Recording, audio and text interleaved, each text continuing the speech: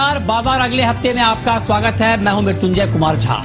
इस खास शो में हम आपको बताते हैं आज का बाजार का पूरा एक्शन और साथ ही अगले हफ्ते का बाजार कैसा रहने वाला है। नेक्स्ट वीक में आपको कहां पर कमाई के मौके मिल सकते हैं, इन मुद्दों पर हम चर्चा करते हैं इस खास शो के जरिए। और आज इस खास शो में हमारे साथ हैं जी बिजनेस के मैनेजिंग एडिटर अनिल सिंघवी, एक खास मेहमान है ट्रेड स्विफ्ट ब्रोकिंग के संदीप जैन और साथ ही मेरी पूरी रिसर्च टीम अलग अलग रिसर्च लेकर तैनात है। तो आपको बता दें कि आज के कारोबार पर हम जानेंगे कि किस तरह से आज पूरे दिन मार्केट में एक्शन रहा है, कौन कौन सी ऐसी खबरें रही हैं, ये हम समझेंगे आशीष से। संदीप से जानेंगे निफ्टी और कोरोना का कोरिलेशन क्या है। कुशल हमें बताएंगे कंज्यूमर ड्यूरेबल सेक्टर पर खास रिसर्च क्या है, क्या संकेत आगे के लिए दिख रहे हैं। मानसी से हम जानेंगे श्री सीमेंट के नतीजों का विश्लेषण और देवांशी से जानेंगे इंश्योरेंस शेयरों में तेजी क्यों आ रही है। लेकिन सबसे पहले देखते हैं बाजार में आज किस तरह का कारोबार रहा है। तो हफ्ते के आखिरी कारोबारी दिन शेयर बाजार में तेजी देखने को मिली। हालांकि आखिरी घंटे में ऊपरी स्तरों से हल्की मुनाफा वसूली भी बाजार में रही। निफ्टी आधे % की तेजी के साथ 9,250 के पार बंद हुआ। वहीं सेंसेक्स में भी करीब 200 अंकों की तेजी हमने आज के कारोबार में देखी। लेकिन बैंकिंग शेयरों में दबाव देखा गया। बैंक निफ्टी 138 अंकों की कमजोरी के साथ 19,350 के पास बंद हुआ।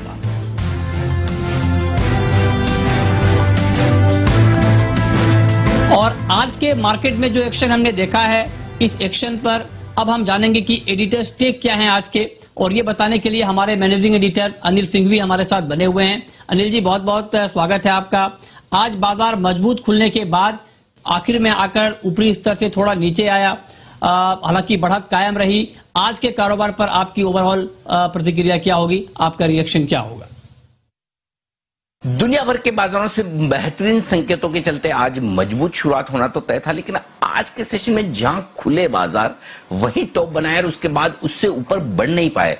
9,400 के बेहद करीब खुले, लेकिन 9,400 को दिन भर पार नहीं कर पाए और शुरुआती कुछ मिनटों में जो टॉप बनाया बाजार लगातार पूरे दिन भर उसके नीचे ही ट्रेड करते रहे। हाँ, बैंक निफ्टी जरूर थोड़ा सा ऊपर बढ़कर 20,000 की तरफ जाने की कोशिश करता दिखा, लेकिन मिड सेशन और उसके बाद आखिरी 1 घंटा बाजार पर काफी भारी पड़ा। और लगातार यही हो रहा है कि सेकंड हाफ में क्लोजिंग के वक्त थोड़ी प्रॉफिट बुकिंग तेजी से आती हुई दिखती है और वो आज भी होती हुई दिखी है। आपने देखा किस तरह से आखिरी घंटे में फिर प्रॉफिट बुकिंग आई और निफ्टी ने ऊपर से काफी गेंस गंवाए और लगभग 125 पॉइंट ऊपर से फिसलकर 9,250 के करीब बंद हुआ। बैंक निफ्टी भी वही 19,500 के नीचे बंद होता हुआ दिखा। तो प्रॉफिट बुकिंग लगातार आती दिख रही है, लेकिन एक चीज साफ दिख रही है, वो ये कि बाजार नीचे के लेवल पर आते हैं, थोड़ा बाइंग सपोर्ट आता है, ऊपरी स्तर पर आते हैं, थोड़ी बिकवाली का प्रेशर आता है। तो टाइम वाइज करेक्शन एक तरह से चल रहा है, रेंज बाउंड मार्केट है वो भी चल रहा है। इस बीच सेक्टर्स एक दूसरे कभी कम ज्यादा होते दिख रहे हैं। जैसे मसलन आज देखिए, आज आईटी शेयर चल गए, आज वापस से एफएमसीजी शेयरों में इतने दिनों के बाद तेजी बन गई, फार्मा मजबूत हो गए वापस से, आज डॉक्टर सन वगैरह। लेकिन दूसरी तरफ आप देखिए बैंक एनबीएफसी ऊपरी स्तरों से फिसल ही गए, यहां कमजोरी थी। सरकारी कंपनियां आज काफी कमजोर हो गई, ऑटो शेयर फिसल गए। तो कुल मिलाकर ये ऐसा ट्रेड है जहां पर क्लियर कट डायरेक्शन नहीं बन रहा है, बाजार थोड़ा सा वक्त बिताना चाहता है। ऐसा लग रहा है 9,100 9,400 ये 300 पॉइंट की रेंज है जिसमें बाजार ज्यादातर समय बिता रहा है। देखते हैं अगले हफ्ते एक निर्णायक मूव ऊपर या नीचे की तरफ बाजार में मिल सकता है, लेकिन फिलहाल कह सकते हैं कि बाजार में मिला जुला सा कारोबार आज भी रहा है हफ्ते के आखिरी दिन। ओके, तो जो एक्शन आज मार्केट में दिखा उसके पीछे क्या वजह रही, ये आपको अनिल जी ने समझाया। लेकिन आज ऐसी कौन कौन सी खबरें रही जिन खबरों के दम पर अलग अलग सेक्टर में एक्शन दिखा है, ये बताने के लिए हमारे सहयोगी आशीष चतुर्वेदी हमारे साथ जुड़े हुए हैं। आशीष, बताइए। अच्छे अंतर्राष्ट्रीय संकेतों के चलते आज बाजार में तेजी के साथ शुरुआत हुई और बकायदा अगर आप देखें तो निफ्टी ने लगभग पूरे दिन ही तेजी को संभाल के रखा, लेकिन आखिरी 1.5 घंटे में बाजार में तेज एक ऊपरी स्तरों से बिकवाली देखने को मिली और निफ्टी बैंक खासतौर पर अगर आप देखें तो वहां पर ऊपरी स्तरों से लगभग 650 अंकों की गिरावट देखने को मिली। निफ्टी भी लगभग डे लो के आसपास की क्लोजिंग देखने को मिली। सेक्टर स्पेसिफिक एक्शन की अगर आप बात करें तो कुछ आज खास एक्शन देखने को नहीं मिला। हालांकि फार्मा स्टॉक्स अभी भी एक ऐसा सेक्टर है, फार्मा सेक्टर, जहां पर तेजी का मोमेंटम जारी है। लगातार हम देख रहे हैं कि कुछ सिलेक्टिव या किसी दिन एमएनसी स्टॉक चल रहे हैं, किसी दिन मिड कैप, किसी दिन लार्ज कैप। आज के सत्र में अगर आप देखें तो दिग्गज टोरेंट फार्मा, डॉक्टर रेड्डीज, सन फार्मा और लुपिन जैसे स्टॉक्स में खरीदारी देखने को मिली। एफएमसीजी स्टॉक्स में हम आपको लगातार बता रहे हैं कि वीकनेस देखने को मिल रही है, लेकिन 2 दिन की गिरावट के बाद आज कहीं ना कहीं एक शॉर्ट कवरिंग की रैली देखने को मिली। कोलगेट पामोलिव है, HUL है, नेस्ले, ब्रिटानिया, यहाँ पर खरीदारी का रुझान देखने को मिला। लेकिन एक खास बात यह कि आज पब्लिक सेक्टर जो स्टॉक्स हैं, जो सरकारी स्टॉक्स हैं, वहां पर तेज बिकवाली देखने को मिली। BEL, REC, कुछ ऐसे स्टॉक्स हैं जहां पर लगभग दिन के दौरान 5% तक की गिरावट देखने को मिली थी। PFC, NTPC भी काफी गिरावट के साथ बंद हुए। ऑटो स्टॉक्स में कल खरीदारी थी। आज वहां पर एक लॉन्ग अनवाइंडिंग देखी गई। Mahindra and Mahindra, TVS Motors, Maruti, hero, यहाँ पर गिरावट का रुझान देखने को मिला। मेटल स्टॉक्स की शुरुआत तो काफी बढ़िया तेजी के साथ हुई थी और देखा भी था कि हमने बाजार खोलने के टाइम पे लगभग 1.5% की तेजी मेटल इंडेक्स में देखने को मिल रही थी। लेकिन अंत में यहाँ पर भी एक मुनाफा वसूली हावी होती नजर आई। JSW steel, Vedanta, NALCO, Tata steel गिरावट के साथ बंद हुए। प्राइवेट सेक्टर के बैंक्स में वीकनेस साफ नजर आ रही है। जब बाजार तेज होता है तभी भी प्राइवेट सेक्टर बैंक्स में काफी ज्यादा गिरावट देखने को मिली थी। अब कल के सत्र में हमने देखा था कि आरबीएल बैंक पर नतीजों का इम्पैक्ट देखने को मिला था, लेकिन आज आरबीएल बैंक में भारी भरकम गिरावट देखने को मिली। यस बैंक है, एक्सिस बैंक है, दिग्गज इंडसइंड बैंक है, यहाँ पर भी बिकवाली का रुझान देखने को मिला। कुल मिलाकर देखा जाएगा तो आज कहीं ना कहीं बाजार में ऊपरी स्तरों से बिकवाली हावी रही। खबरें रही जिन खबरों के दम पर आज अलग अलग सेक्टर में एक्शन दिखा है। अब रुक करते हैं अपने खास मेहमान का। हमारे साथ संदीप जैन साहब हैं, ट्रेड स्विफ्ट ब्रोकिंग के। संदीप जी, बहुत बहुत स्वागत है आपका। मेरा आपसे पहला सवाल ये होगा कि आज बाजार फाइनली तेजी के साथ बंद हुए, क्या मार्केट की ये तेजी आपको अगले हफ्ते कंटिन्यू दिख रही है? पहला सवाल। और जब मंडे को मार्केट ओपन होगा तो मंडे को इंट्राडे में कहां पर ट्रेड करना ठीक रहेगा? बिल्कुल मृत्युंजय जी, मुझे ऐसा लगता है कि जो अनिल जी ने कहा कि एक बहुत ही एक रेंज बाउंड मार्केट हो चुका है और उस रेंज में एक अच्छी खासी वॉलेटिलिटी है। 100, 150, 200 पॉइंट ऊपर नीचे हो जाता है तो एक तरीके से मान लीजिए नीचे 9000 से लेकर 9100 एक सपोर्ट की तरह काम कर सकता है और ऊपर 9400 से 9500। एंड ग्लोबल क्यूज पॉजिटिव होते हुए भी अब इंडियन मार्केट्स बहुत ज्यादा पॉजिटिवली रिस्पॉन्ड नहीं कर रहे हैं कई बार। और जिस तरीके से इंडिया में जो कोरोना के केसेस जो बढ़ रहे हैं, रैपिड इंक्रीज हुआ है पिछले कुछ दिनों में और आगे आने वाले दिनों में भी लग रहा है कि और बढ़ सकता है, तो उसने कहीं ना कहीं इन्वेस्टर्स का सेंटिमेंट को खराब किया। और ओपनिंग होने के बाद भी रीओपन जो हुआ है उसमें भी माहौल इतना पॉजिटिव नहीं बन रहा है। सो प्रॉफिट बुकिंग है, स्टॉक सेक्टर स्पेसिफिक मूव्स देख रहे हैं और कहीं ना कहीं मुझे ऐसा लगता है रिलायंस ने अभी तक मोर्चा संभाला हुआ था, उसकी वजह से मार्केट जरूर ऊपर है, बट ओवरऑल बहुत ज्यादा अंडर करंट स्ट्रॉन्ग नहीं लगता है। बट आज एक अच्छी चीज ये हुई कि FIIs नेट बायर्स थे और DIIs नेट सेलर्स थे कैश मार्केट में। FNO में हालांकि दूसरे आंकड़े थे। सो ओवरऑल मुझे ऐसा लगता है कि फिर भी तेजी की तरफ ही रुख करना चाहिए और बहुत एक्सट्रीमली चूजी होके सेक्टर स्पेसिफिक और स्टॉक स्पेसिफिक रहना है। तो मैंने तीनों ही 22 की कॉल्स लाया हूं मैं, और देखना होगा कि मंडे को अगर कोई मेजर कोई गैप डाउन नहीं खुले, जो ऐसा लगता नहीं कि अभी आसार है, तो सर्टेनली इन कॉल्स के साथ जाना चाहिए। सो ICICI लोम्बार्ड, मुझे ऐसा लगता है इंश्योरेंस सेक्टर एक अच्छा करेगा और आज भी काफी अच्छा परफॉर्म किया है। तो इंट्राडे के हिसाब से 1240 के लगभग इसको पिक करें। 1270 पहला टारगेट, 1290 दूसरा टारगेट और 1220 का स्टॉप लॉस। ओके, तो ये आपने बताया, आपका ये मानना है कि आगे मार्केट में तेजी के ही संकेत दिख रहे हैं और ऐसे में कहां पर ट्रेड करना चाहिए मंडे को, ये आपने जाना। लेकिन आगे बढ़ते हैं और श्री सीमेंट ने मार्च तिमाही के नतीजे आज जारी किए। कैसे रहे नतीजे, कैसे आंकड़े आए हैं, ये बताने के लिए मानसी दवे हमारे साथ जुड़ी हैं। मानसी, बताइए कैसे नतीजे रहे हैं? जी बिल्कुल, देखिए श्री सीमेंट जैसा कि हम अनुमान लगाकर चल रहे थे वैसे ही नतीजे शानदार परफॉर्मेंस देखने को मिली है। मुनाफे और मार्जिन के फ्रंट पर काफी स्ट्रॉन्ग परफॉर्मेंस देखने को मिली है। मुनाफा देखिए 65% कंपनी का बढ़ता हुआ देखने को मिल रहा है। 528 करोड़ का मुनाफा कंपनी ने पोस्ट किया है। वही मार्जिन की अगर बात करें 25.8% से ये 33.5% पर आते हुए दिखे, जबकि अनुमान हमारा 31.3% का था। हालांकि वॉल्यूम्स में गिरावट जो देखने को मिली है पिछले दिनों, उसका एक असर बिक्री पर जरूर पड़ता हुआ दिखा है और साथ ही बढ़ते रियलाइजेशन और खर्चों में कमी है, जिसकी वजह से शानदार मुनाफा कंपनी ने पोस्ट किया है। साथ ही मजबूत ऑपरेशनल परफॉर्मेंस भी देखने को मिली है इस तिमाही। जिसका असर आप देख रहे हैं कि मार्जिन्स पर देखने को मिल रहा है। इसी वजह से मार्जिन्स ने भी स्ट्रॉन्ग परफॉर्म किया है। तो श्री सीमेंट के नंबर्स काफी अच्छे रहेंगे। ओके, ठीक है। तो नंबर आप कह रही हैं कि अच्छे आए हैं, तो ऐसे में संदीप जी जो नतीजे आए हैं आंकड़ों को देखने के बाद क्या नजरिया इसके ऊपर होना चाहिए, क्या व्यू आप बताएंगे?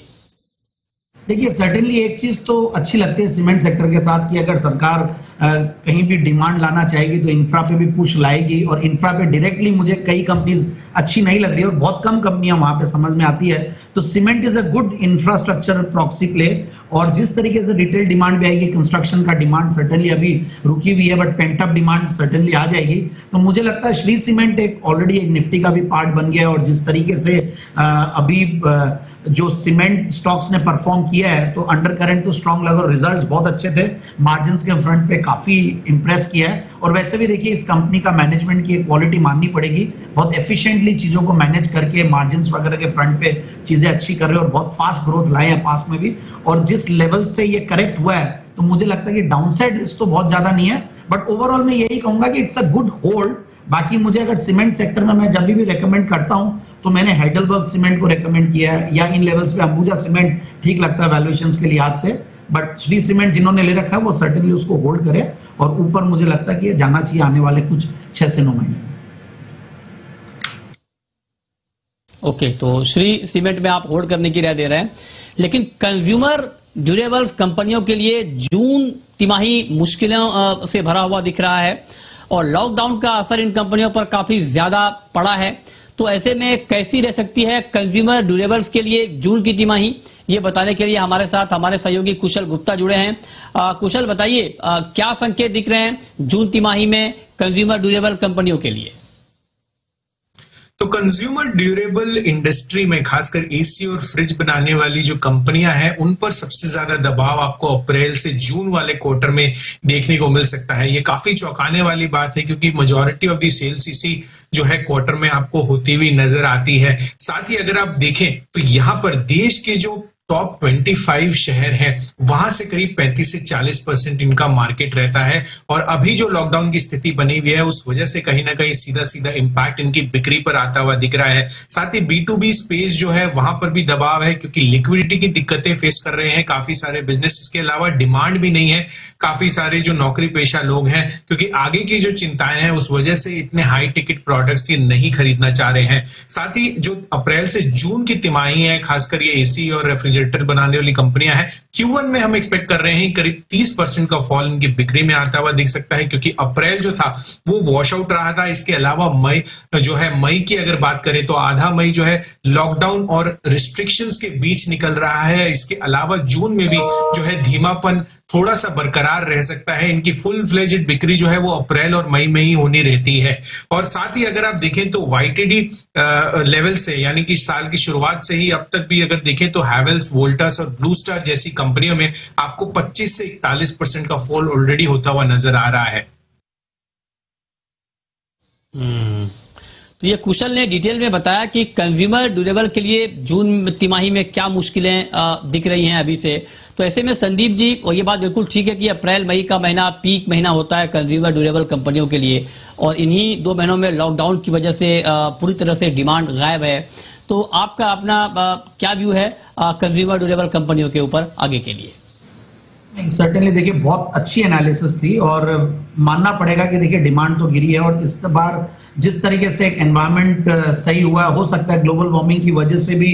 हम तो जैसे राजस्थान में देखते तो टेम्परेचर इस बार बहुत कंट्रोल में है, मौसम काफी अच्छा है, तो हो सकता है कि एसी की डिमांड भी नहीं बढ़े और खुलने के बाद भी, और फिर अप्रैल मई जून जुलाई यही मौसम होते हैं जब लेने का होता है, तो ये निकल जाएगा। मुझे ऐसा लगता है कि मई में भी रीओपनिंग होने के बाद भी माहौल बनेगा नहीं, और एक्सटेंड भी हो सकता है लॉकडाउन, ऐसी कोई बड़ी बात नहीं है। सो एक बार करेक्शन जरूर आएगा, बट एसेंशियल कंजम्पशन जैसे इंपॉर्टेंट है, फिर धीरे धीरे हो सकता है जब ये वर्क फ्रॉम होम और ये सब का कल्चर और बढ़ेगा तो हो सकता है ये एसी का कंजम्पशन आने वाले महीनों में आफ्टर लॉकडाउन और कोरोना जब थोड़ा ठंडा होगा, न्यू नॉर्मल चीजें शुरू होगी, तो मुझे लगता है कि 3 से 6 महीना हो सकता है खराब जाएंगे, बट आने वाले कुछ क्वार्टर्स फिर वापस से अच्छे जाएंगे। तो बहुत सिलेक्टिवली बहुत सारी क्वालिटी कंपनीज है जहां पे हमने रेकमेंड किया हुआ, जैसे कि जॉनसन कंट्रोल, हिटाची, जेसी, एचएससी थोड़े दिन पहले भी रेकमेंड किया है। मुझे लगता है अच्छा करेक्शन हो चुका है, प्राइस दिन है काफी हद तक, वहां पे ध्यान दिया जा सकता है। ब्लू स्टार एक अच्छी कंपनी लगती है, तो मुझे लगता है कि कुछ ये सब कंपनियों पे ध्यान दिया जा सकता है। बाकी बहुत सही है कि एक बार सर्टेनली डिमांड पे बहुत बड़ा ब्लो, बहुत बड़ा इंपैक्ट पड़ा और कोरोना का डेवलपमेंट पे सारी चीजें डिपेंडेंट है आगे आने वाले कुछ महीने। बिल्कुल, तो कंज्यूमर ड्यूरेबल के लिए भले ही मुश्किलें आगे दिख रही हों, लेकिन लाइफ इंश्योरेंस की सेहत बहुत अच्छी दिख रही है और नतीजों के बाद से ही इसमें अच्छी एक तेजी का रुझान बना है। इस तेजी के पीछे आखिर वजह क्या है? क्यों लगातार लाइफ इंश्योरेंस के शेयर बढ़ रहे हैं? ये बताने के लिए हमारी सहयोगी देवांशी आशर हमारे साथ जुड़ी हैं। देवांशी, बताइए। आज लाइफ इंश्योरेंस कंपनीज में अच्छी तेजी देखने मिली थी और यही नहीं, जब से नतीजे आए हैं उसके बाद लगातार खरीदारी ये सारी लाइफ इंश्योरेंस कंपनीज में आती हुई दिख रही है। अगर आप आईसीआईसीआई प्रूडेंशियल की बात करें तो नतीजों के बाद करीब 20.5% तक के गेन्स हमने आज तक के लेवल्स पर देखे। अब क्या वजह थी इसकी? सबसे पहली वजह यह है कि जिस तरह से अब कोविड-19 आता हुआ दिखा है पैंडेमिक, उसके बाद जो अवेयरनेस है इंश्योरेंस के लिए वो बढ़ती हुई दिख रही है, स्पेशली लाइफ इंश्योरेंस बिजनेस के लिए ये एक अच्छी खबर आती हुई दिख रही है। आगे चल के जो नंबर ऑफ पॉलिसीज हैं उसमें थोड़ी सी बढ़त आती हुई दिखेगी। ब्रोकरेज का ये भी मानना है कि इसके चलते जो कॉर्पोरेट पॉलिसीज हैं उसमें भी अच्छी बिक्री होती हुई दिखेगी। दूसरी बड़ी बात ये भी है कि जितनी भी कंपनीज हैं इनके जो सॉल्वेंसी रेशियोज हैं, जो रेगुलेटर कहता है उनको सॉल्वेंसी रेशियो रखने का, उससे कई ज्यादा है, यानी 200% के करीब की सॉल्वेंसी रेशियो ये सारी कंपनीज ने मेंटेन किया है। ये दूसरा पॉजिटिव ट्रिगर है। अब जो अनुमान था कि कम आते हुए दिखेंगे नंबर्स, उससे थोड़े से बेहतर नंबर्स आते हुए दिखे। स्पेशली अगर आप देखिए जो वैल्यू ऑफ न्यू बिजनेस आता हुआ दिखा है वो करीब 10% के लेवल्स के आसपास आता हुआ दिखा है FY20 में।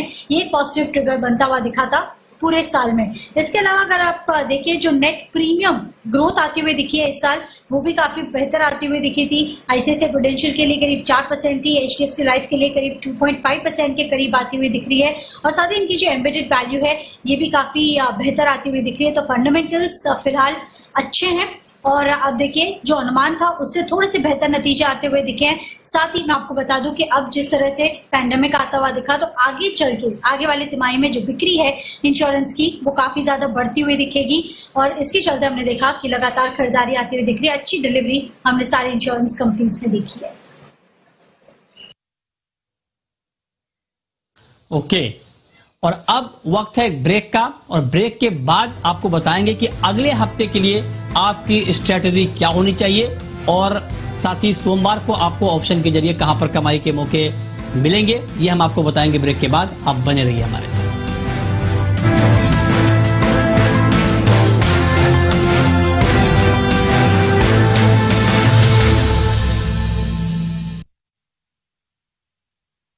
अनिल जी, सोमवार और उसके बाद पूरे हफ्ते के लिए क्या स्ट्रेटेजी बाजार में होनी चाहिए, किन लेवल्स पर नजर रखनी चाहिए? जब हम लगातार ये कह रहे हैं कि बाजार में रेंज बाउंड ट्रेड है, बाजार टाइम वाइज करेक्शन दे रहा है, एक अच्छी मजबूती के बाद थोड़ी प्रॉफिट बुकिंग होती दिख रही है, दोनों तरफ की व्यू बड़े स्ट्रांग है। जो लोग तेजी करना चाहते हैं वो ये कह रहे हैं कि डाउ मजबूत है, कोरोना का सबसे बुरा वक्त निकल गया, अब जैसे जैसे लॉकडाउन खुलेगा दुनिया भर में धीमे धीमे फिर से इकोनॉमी ट्रैक पर आएगी। इन सब चीजों को लेकर लोग पॉजिटिव और आगे पीछे दवा और वैक्सीन तो बनेगी, लेकिन दूसरी तरफ जो बेरोजगारी के आंकड़े हैं अमेरिका में वो बेहद खराब है। ब्रिटेन कह रहा है कि 300 साल में सबसे बुरा वक्त अर्थव्यवस्था का चल रहा है।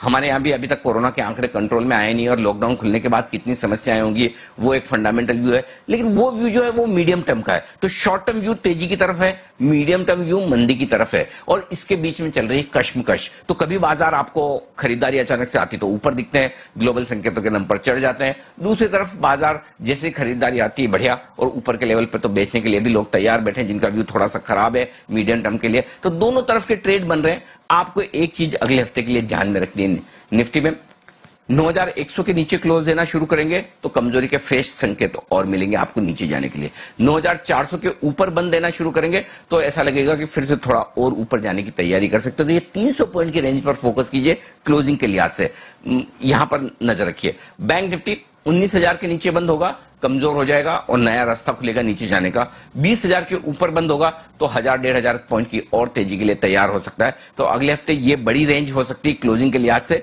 जिस पर हम एक डायरेक्शनल मूव लेंगे। तब तक आप ये कह सकते हैं कि रेंज बाउंड ट्रेड आपको देखने को मिलेगा बाजार में। बहुत शुक्रिया सर आपका अगले हफ्ते के लिए बेहतरीन रणनीति बताने के लिए। लेकिन संदीप जी, अब मेरा आपसे सवाल ये होगा कि अगले हफ्ते अगर किसी को पोजिशनल ट्रेड लेना हो और किसी को इन्वेस्ट करना हो तो पोजिशनली कहां पर ट्रेड करना चाहिए और इन्वेस्टमेंट के लिए किस शेयर को चुनना चाहिए? बिल्कुल, पोजिशनली क्रिसिल लिमिटेड इनफैक्ट एक सबसे बड़ी क्रेडिट रेटिंग एजेंसी है, 3 लिस्टेड कंपनियां उनमें से सबसे बढ़िया मुझे लगती है। वैल्यूएशन थोड़े महंगे जरूर है बट ओवरऑल बहुत ही अच्छा चार्ट स्ट्रक्चर भी है, और जिस तरीके से रेटिंग्स की डिमांड आएगी, री रेटिंग सबको करवानी पड़ेंगे, फाइनेंशियल सबके चेंज होंगे, तो मुझे लगता है इन लेवल्स पे लें। और 1520 से लेकर 1540 तक के टारगेट्स और 1470 का स्टॉप लॉस। और अगर दूसरा जो स्टॉक है जो मैं वैल्यू पिक के तौर पे, लॉन्ग टर्म पिक के तौर पे जो लाया हूं, वो भी एक फाइनेंशियल सेक्टर का ही है। हालांकि मैं बैंक्स और इन सब से थोड़ा दूर रहने की बात कर रहा हूं, बैंक्स और एनबीएफसीज, बट जो दूसरे क्वासी फाइनेंशियल्स या जो दूसरे बीएफएसआई सेगमेंट में, मैंने आईसीआईसीआई लोम्बार्ड बोल दिया, क्रिसिल बोल दिया, अब जो है वो ब्रोकिंग बिजनेस की मैं बात कर रहा हूं, वो है आईसीआईसीआई सिक्योरिटीज। ये स्टॉक मैंने वेडनेसडे को भी मॉर्निंग रेकमेंड किया था और बहुत अच्छा मूव दिया, आज ऊपर अच्छा खासा जाके वापस से करेक्ट किया है। तो मुझे ये बहुत बढ़िया अपॉर्चुनिटी लग रही है कि जिन लेवल्स पे बंद हुआ है, अभी भी यहां से स्टीम बाकी है, 360 के लगभग बंद हुआ है, ऊपर ये 400 के ऊपर जाके आज ट्रेड किया था और मार्केट्स नीचे आए तो ये भी नीचे आया।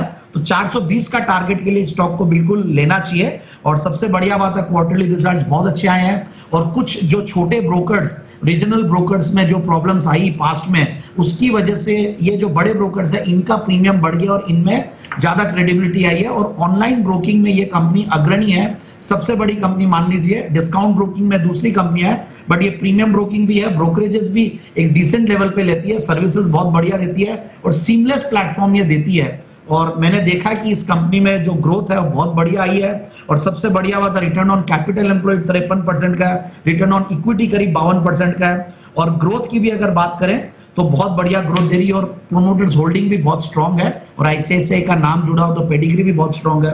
बिल्कुल इस स्टॉक को लेना चाहिए और 420 रुपए तक के टारगेट के लिए आने वाले 3 से 6 महीने। ठीक है, तो ये है लॉन्ग टर्म के निवेश आपको कहां पर करना है ये आपको बताया गया। लेकिन अब वक्त है ये जानने का कि सोमवार को आपको ऑप्शन के जरिए कहां पर कमाई के मौके मिलेंगे।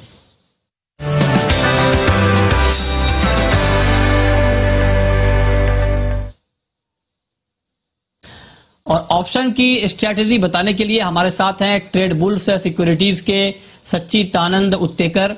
बहुत बहुत स्वागत है सच्चिदानंद जी आपका। क्या लगता है आपको मंडे को ऑप्शन के जरिए कहां पर कमाई के मौके मिलेंगे?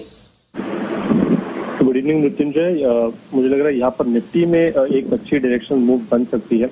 अगर हम ओवरऑल ये हफ्ता देखें तो काफी रेंज बाउंड रहा है, 9400 के आसपास काफी सप्लाई भी मिला है इंडेक्स को। बट अगर हम ओवरऑल इसकी एक्सपेक्टेशन से देखें तो ये हफ्ता जब भी शुरुआत हुई थी तभी काफी पेसिमिज्म थी, 9100 9000 के नीचे स्लिपेजेस होने के चांसेस एंड प्रोबेबिलिटी थी, पर वो पर्टिकुलर चांसेस अभी रूल आउट हो चुके हैं। और जिस तरीके से अभी डेटा यहाँ पे प्लेस्ड है, मुझे लग रहा है एक ब्रेकआउट जरूर हो सकता है मार्केट में अगले हफ्ते में। तो 9400 के ऊपर की मूव में एक्सपेक्ट कर रहा हूँ, 9700 तक ये पर्टिकुलर मोमेंटम जारी रहना चाहिए। तो उसी लिहाज से एक लो कॉस्ट स्ट्रैटेजी यहाँ पर डिप्लॉय करने की सलाह दूंगा। निफ्टी में बुल कॉल स्प्रेड करना चाहिए, जहाँ पर आपको 9300 का कॉल ऑप्शन लेना है और उसके अगेंस्ट 9400 का कॉल ऑप्शन बेचना है। ये कंबाइंड स्प्रेड मिल रहा है अराउंड 40 रुपीज के आसपास। स्प्रेड का स्टॉप लॉस आपको लगाना है 15 के आसपास, और एक मिनिमम एक्सपेक्टेशन टारगेट होगा 90 तक का। ओके, और कोई स्टॉक, कोई खास स्टॉक बताना चाहेंगे आप? देखिए, स्टॉक्स के लिहाज से मुझे लग रहा है सीमेंट में फिलहाल जो मोमेंटम बनना चाहिए, एक रिवर्सल बनना चाहिए। आई थिंक श्री सीमेंट्स के नतीजों के बाद मुझे लग रहा है अल्ट्राटेक सीमेंट में एक अच्छी मूव बन सकती है। इस पर्टिकुलर हफ्ते में 3200 के आसपास का बेस उसने अच्छी तरह होल्ड किया और जिस तरीके से डेटा प्लेस से एक बार स्टॉक एक्सपेक्ट कर रहा हूँ कि 3600 के जो अपर बैंड है वहां पर वो रिविजिट होना चाहिए। तो उसी लिहाज से मुझे लग रहा है कि यहाँ पर आने वाले हफ्ते में अच्छा रुझान बन सकता है और उसी लिहाज से 3600 का कॉल ऑप्शन जो लगभग 70-75 के रेंज में मिल रहा है वो लेना चाहिए। 60 का लगाना है स्टॉप लॉस और 110 से 120 तक की एक्सपेक्टेशन होगी पूरे हफ्ते में। ओके, चलिए बहुत बहुत शुक्रिया उत्तकर जी आपका, संदीप जैन साहब आपका, और साथ ही मेरी पूरी रिसर्च टीम का बताने के लिए कि आज का बाजार कैसा रहा है और अगले हफ्ते मार्केट में किस तरह का एक्शन दिखेगा, कहां पर कमाई के मौके मिलेंगे। तो फिलहाल इस बुलेटिन में इतना ही। वक्त है ब्रेक का, लेकिन ब्रेक के बाद भी खबरें लगातार जारी हैं। आप देखते रहिए देश का नंबर 1 बिजनेस चैनल जी बिजनेस। नमस्कार।